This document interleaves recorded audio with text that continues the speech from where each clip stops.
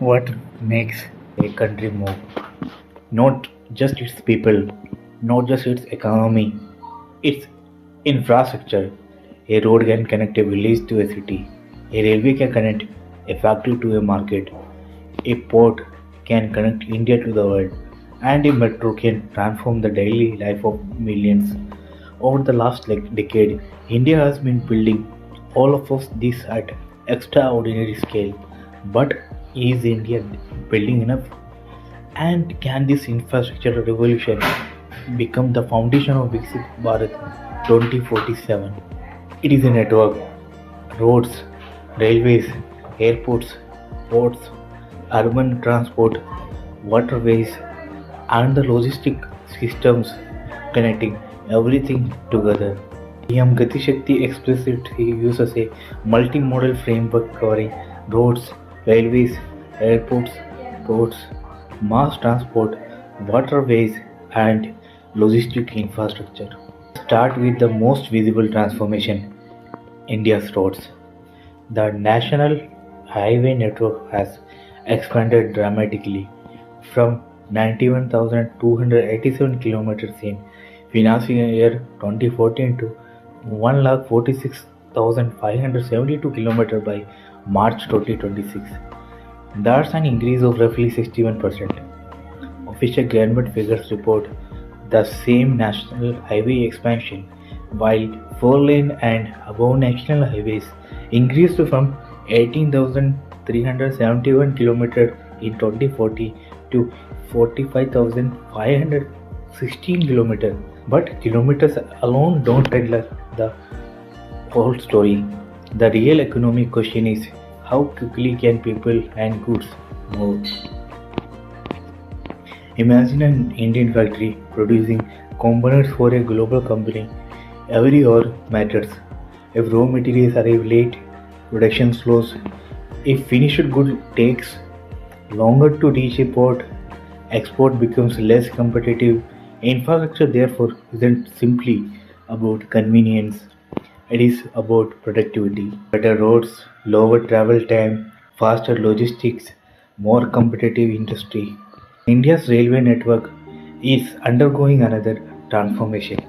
Electrification, station redevelopment, freight corridors, modern signaling, new trains, and higher capacity infrastructure.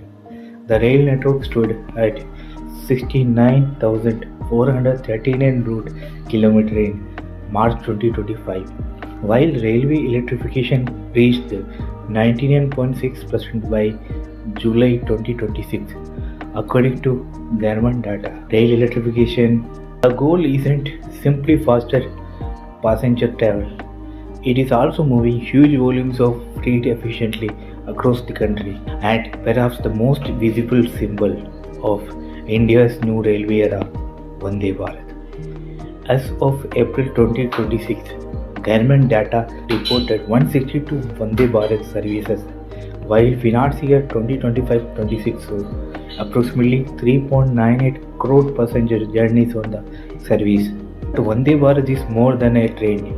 It represents India's attempt to design and manufacture modern passenger trains domestically, and it is part of a larger railway modernization story.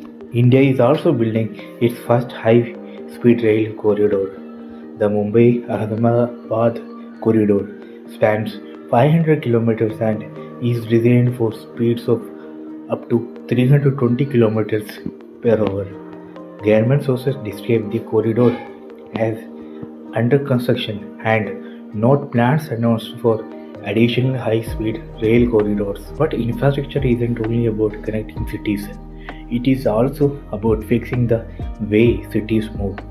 Metro to rail. India's metro network expanded from 248 km in 2014 more than 1155 km in 2026, with connectivity across 26 cities and daily ridership exceeding 1.15 crore passengers. India is experimenting with new forms of urban mobility to underwater metro tunnels, regional rapid transit, and water metro systems. But she has taken a different approach.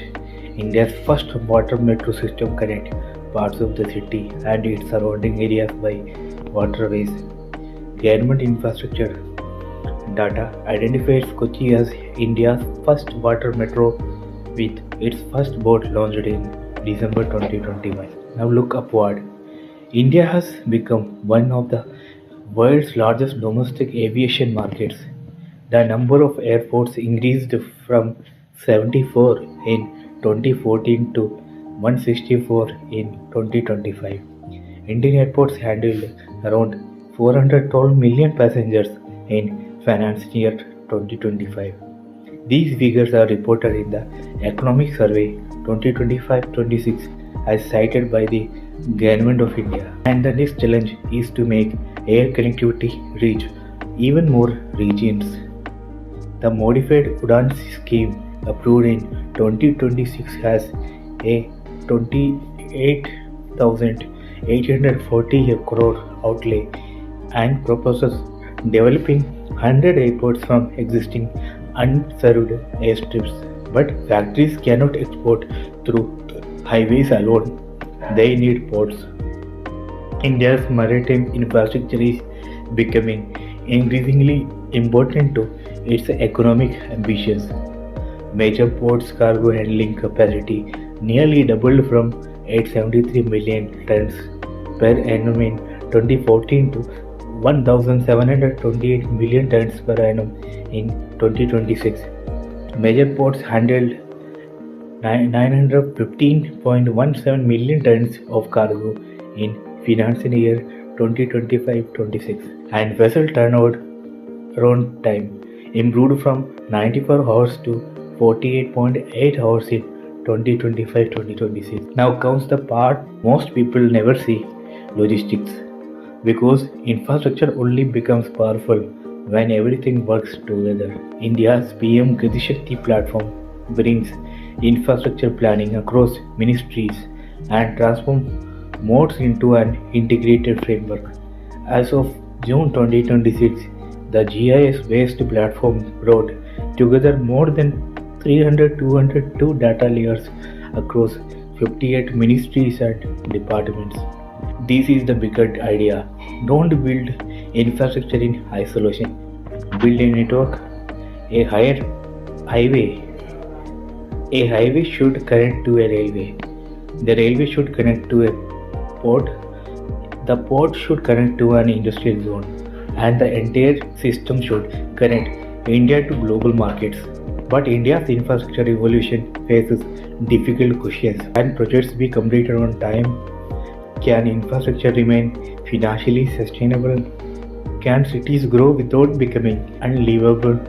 Can development balance environmental concerns with economic needs?